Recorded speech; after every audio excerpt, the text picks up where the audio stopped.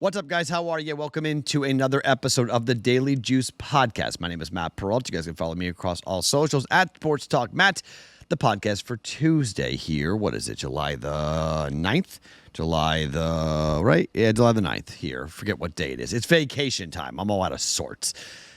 And so are the bets. It's been a really kind of a rough run of it here. 1-1 last night. Again, another slightly down day. This is why fading. I like betting two bets because for those of you guys who want to fade me, 1-1's 1-1. Like you just got to pick which one's going to win, I guess. And when I'm cold, this is what I do. I tend to shrink. I tend to be kind of, on the conservative side, and we wind up getting ourselves one win really right with the Pirates winning easily, and one game really wrong with the Nationals getting killed by the Cardinals. So 1-1 night yesterday, and just another one of these days where you just go, okay, so we start the week slightly down, 0.1, nothing serious, but again, cold. So let's see if we can climb ourselves out of it. I've got two baseball bets and one WNBA play for us here, which has kind of been the refrain for the month of July, and it's not been going great. I'm not going to lie here in terms of where we're going, but I do like these plays. I have made these bets, and let's see if we can start to dig ourselves out of this hole here. And again, if you want to fade, you can fade away, and I do not feel badly if you are angry if you are going to fade these plays. And I know a lot of you guys in the content space are loving to watch this and are loving to get the research and then bet against it and be on the other side. That's fine. You guys can do that, but for those of you who are with us long term, I appreciate you. I appreciate the DMs. I appreciate people's comments on the Discord channel, bettingpros.com/chat to join our Discord channel, the DMs on my socials and everything else. I appreciate it. I read them, I see them, and I do feel good when I see them because it is a long run of it here. This will all end. College football is very close. And look, someone asked me yesterday, when will I start doing college football futures? It's July, okay? I'm not going to start doing that till August. We'll do it, but we just got to get through July. July is the worst. I fully believe that July is the worst month for sports. June's not much better, but July is by far the worst month for sports. And it's amazing because this week is the 4-year anniversary of this podcast. In fact, I forgot to say it 2 days ago, and I apologize, but our birthday was on July 7th. There's a reason why we began this podcast July 7th, 2020. So now it's July 9th, 2024, and we're into year 4 of hosting this podcast. And we started in July because this really does feel like the January, the beginning of the calendar. And everything's over. All championships are up. And now we're in the middle of baseball season, and we're heading towards all the fun, which is the fall. So, this is kind of just where we are here, and we'll battle our way through, and we'll get rocking and rolling for football season with a ton of bets, plays, and I cannot wait to bet football coming up, both college and pro.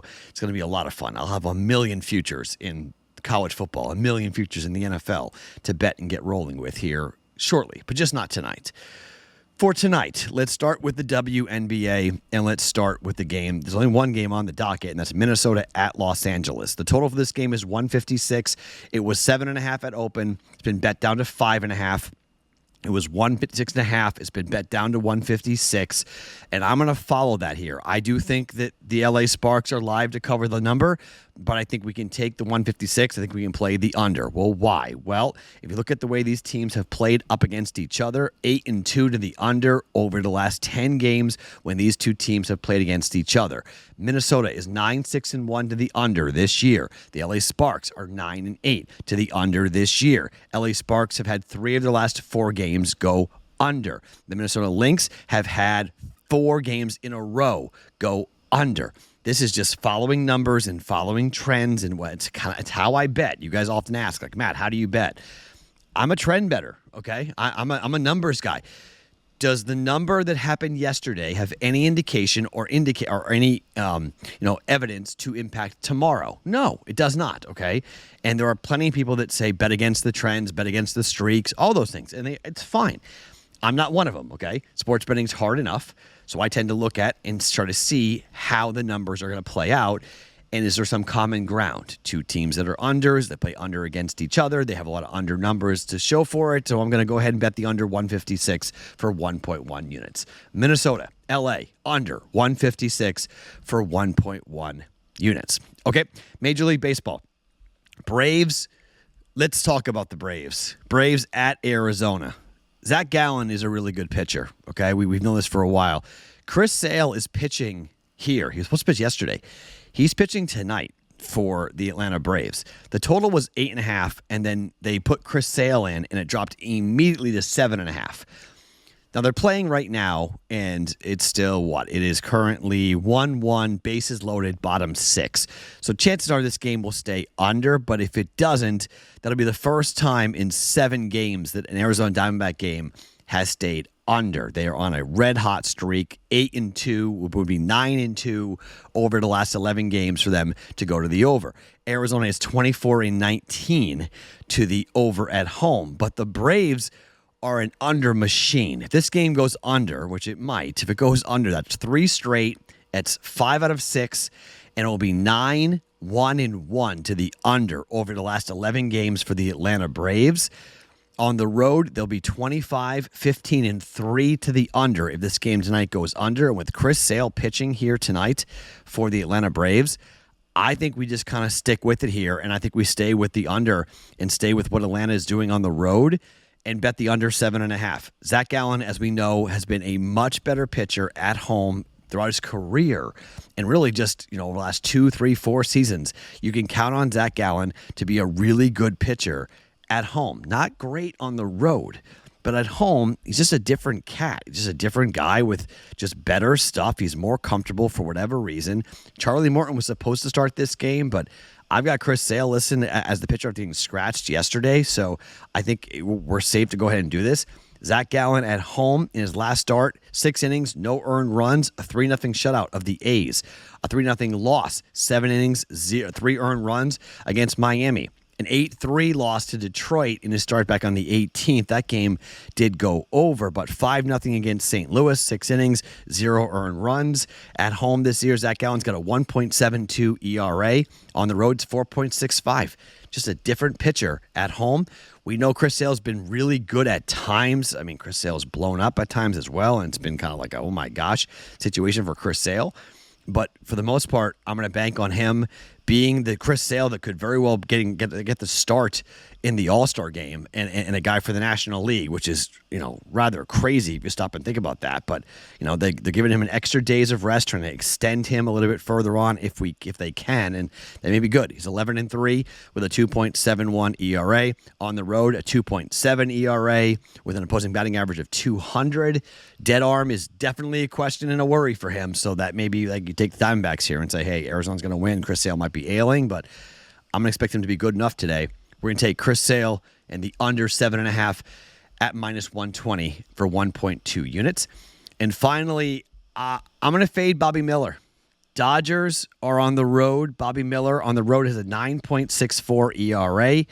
Only had a couple of starts on the road, 4 of them, but 14 innings pitched, 15 earned runs, 4 home runs against a Philadelphia Phillies team that's starting Zach Wheeler. And when you throw Zach Wheeler, okay, you got to start talking about the Phillies, who are 33-13 at home, 58-32 overall on the year. They have been somewhat cold, 5-5 over their last 10. But the Dodgers, who are the Dodgers at 27-18, I understand it's the Dodgers, but they've lost 3 of 5. Phillies have lost 3 of 4, and I think coming home with their ace, coming home with their big horse on the mound here is going to be huge for them and gigantic for this Philadelphia Phillies team to kind of get things right. They're 58-32. You can say maybe they're going to slow down, but at home they've been so good. This game is going to be on TBS. Zach Wheeler at home this year has been absolutely tremendous. 1.76 ERA. He's 6-2, opposing batting average of 175, 13 earned runs in 66 1/3 innings worth of work. And at home, he lost his last start, so I like this even more against the Marlins, only giving up 2 earned runs, and the bullpen blew it for him. But 12-1 win in the start at home before that against Arizona, 3-1 win at home against Milwaukee, 5-2 win against Texas, 4-2 win against Washington, 6-1 win against San Francisco. Coming back after a loss at home for Zach Wheeler, it's not expensive. This is one of the few times we're going to get Zach Wheeler at home because it's the Dodgers.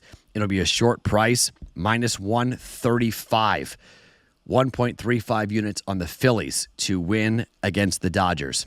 All right, so 3 bets for us here on a Tuesday, under 156 for Minnesota and the LA Sparks in the WNBA.